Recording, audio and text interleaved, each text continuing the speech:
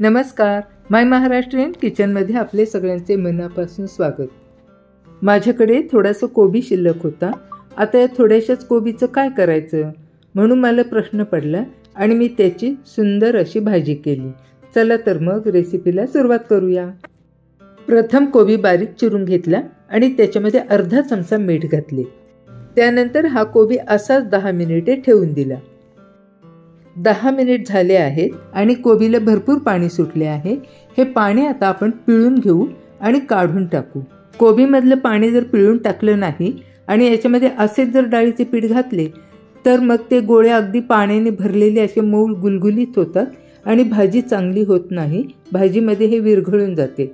म्हणून पहिली स्टेप आपल्याला हीच करायची आहे. मीठ घालून यातले पाणी सगळे पिळून बाजूला करायचे. आता हा कोबी आता इथे पिळून झालेला आहे आणि तुम्ही पहा याच्यामध्ये किती पाणी निघाले आहे. एवढे पाणी निघाले. हे पाणी आता फेकून देऊ. आता याच बाउलमध्ये कोबी ठेवायचं आहे आणि त्याच्यामध्ये एक मध्यम आकाराची वाटी भरून डाळीचे पीठ घातले. त्यानंतर पाव चमचा हळद घातली. एक छोटा चमचा लाल तिखट घातले.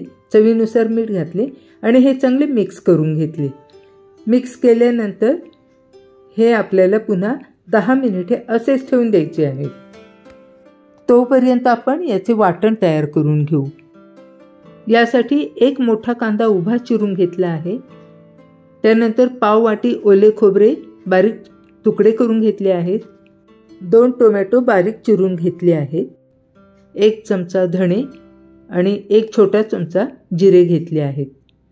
त्यानंतर 1 ते 1.5 इंच आलं घेतलं आहे. छोटासा दालचिनीचा तुकडा घेतला आहे आणि 5 ते 6 काळ्या मिरीचे दाणे घेतले आहेत. याबरोबरच घेतले आहे 7 ते 8 लसणाच्या पाकळ्या. आता हे सर्व वाटण आपल्याला न भाजता किंवा न तळता असेच वाटून घ्यायचे आहे. मिक्सरमध्ये याची फाईन पेस्ट करून घ्यायची आहे.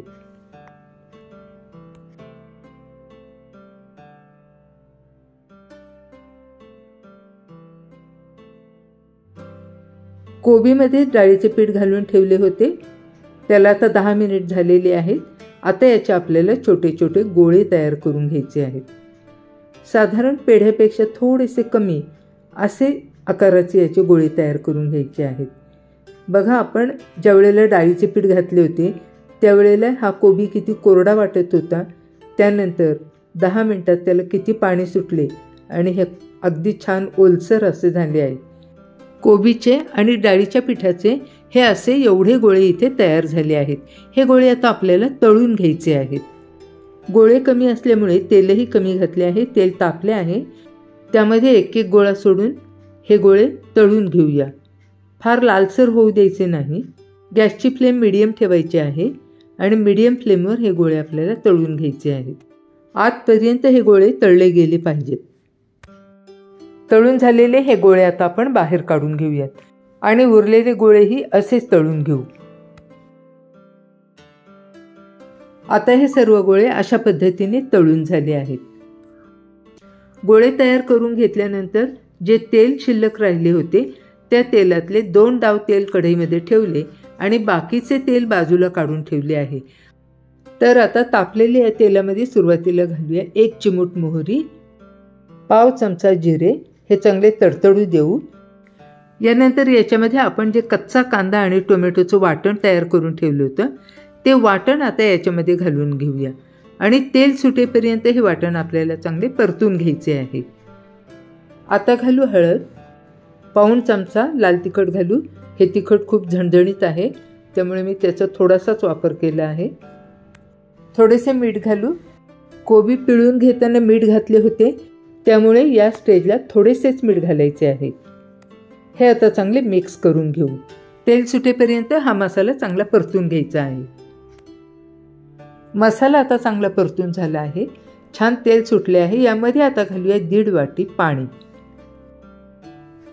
पाणी घातल्यानंतर याला आता चांगली उकळी येऊ देऊ.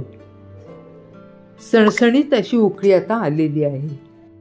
यामध्ये आता घालूया तळून घेतलेले ते कोबी आणि डाळीच्या पिठाचे गोळे. एक उकळी येऊ देऊ आणि गॅस बंद करू. जास्त वेळ उकळून घ्यायचे नाही आहे. नाहीतर हे गोळी या रस्स्यामध्ये विरघळून जातील. 1 मिनिट झाला आहे आणि गॅस आता आपण बंद करूया. तयार झाली आहे कोबी कोफ्ता करी. अत्यंत कमी वेळामध्ये झटपट होणारी आणि सर्वांना आवडेल अशी ही रेसिपी आहे. यावर आता थोडीशी कोथिंबीर पसरवून घेऊ आणि गरम गरम सर्व करू. ही कोबीची कोफ्ता करी पराठे, पोळी, भात याबरोबरच नान किंवा भाकरीबरोबरही तुम्ही खाऊ शकता. रेसिपी आवडली असेल तर तुम्हीही एकदा करून पहा आणि आवडली असेल तर सबस्क्राईब करा. तुमचे अभिप्रायही मला कळवा. पुन्हा भेटूया पुढच्या नवीन रेसिपीमध्ये. रेसिपी पाहिल्याबद्दल धन्यवाद.